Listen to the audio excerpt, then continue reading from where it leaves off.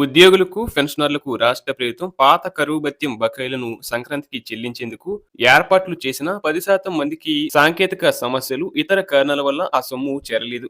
కొందరు పెన్షనర్లు ఖాతాలు మూసివేసి ఉండటం, పెన్షనర్లు చనిపోయిన బిల్లుల్లో మార్పులు చేయకపోవడం వల్ల కూడా సమస్యలు ఎదురయ్యాయి.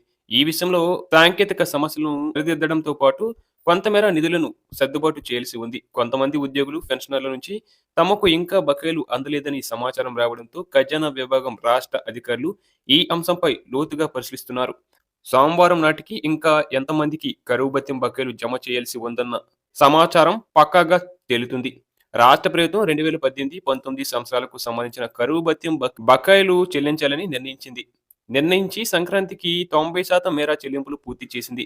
2018 జూలై 1 నుంచి 27.24% నుంచి 30.39% వరకు పెంచిన కరువు భత్యం బకాయిలు 2020 డిసెంబర్ 31 వరకు 30 నెలల కాలానికి నగదు రూపంలో ఇవ్వాల్సి ఉంది. ఈ బకాయిలను ఖజానా అధికారులు 3 బిల్లుల రూపంలో సమర్పించారు. పాత పెన్షన్ విధానంలో ఉన్న ఉద్యోగులకు జీపీఎఫ్ ఖాతాలో జమ చేశారు.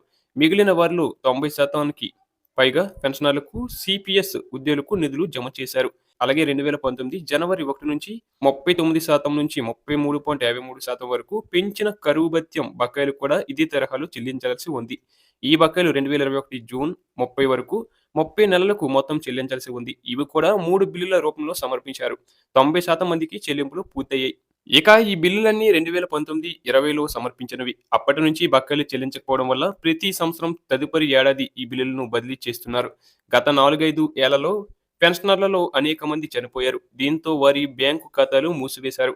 చనిపోయిన వారి కుటుంబ సభ్యులకు ఈ బకాయిలు చెల్లించాలి. అయితే ఆ ఖాతాలకు సొమ్ములు వెళ్లినా ఖాతాలు మూసి ఉండటంతో నిధులు జమ కాలేదు. దీనిపై ఖజానా అధికారులు దృష్టి సారించారు. కొన్ని బిల్లులు 2019-2020లో సమర్పించిన ఇతరత్ర కారణాల వల్ల వాటిని రద్దు చేసి మళ్ళీ ఆ కరువు భత్యం బకాయిలకు సంబంధించిన 2025లో కొత్తగా బిల్లులు సమర్పించినవి ఉన్నాయి. ప్రస్తుత చెల్లింపుల క్రమంలో ఆర్థిక శాఖ ఆ బిల్లులను పరిగణలోకి తీసుకోకపోవడం వల్ల కూడా కొందరికి కరువు భత్యం బకాయిలు సొమ్ము అందలేదు. ఈ నేపథ్యంలో ఈ సమస్యలను సరిదిద్దే పనుల్లో ఆర్థిక శాఖ, ఖజానా శాఖ విభాగాలు నిమగ్నమయ్యాయి.